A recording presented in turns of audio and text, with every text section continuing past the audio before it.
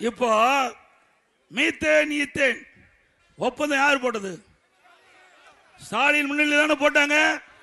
இந்த டெல்டா மாவட்டத்தில் இருக்கின்ற விளைநிலங்கள், பொன் விளைகின்ற பூமி, நெற்களஞ்சியம், உங்களுடைய வாழ்வாதாரத்தை பறிக்கின்ற முயற்சியில் ஈடுபட்ட முதலமைச்சர், இன்றைய முதலமைச்சர் ஸ்டாலின் அவர்கள் போட்டாங்களா இல்லையா புரிந்துணர்வு ஒப்பந்தம்?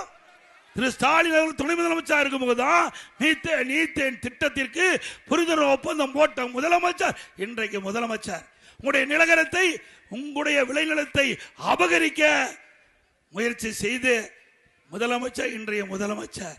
சிந்திச்சு பாருங்க. ஆனா உங்களுடைய நிலத்தை மீட்டு கொடுத்து எந்த காலகட்டத்திலும் உங்களுடைய விளைநிலங்களை எவராலும் தொட்டு கூட பார்க்க முடியாது.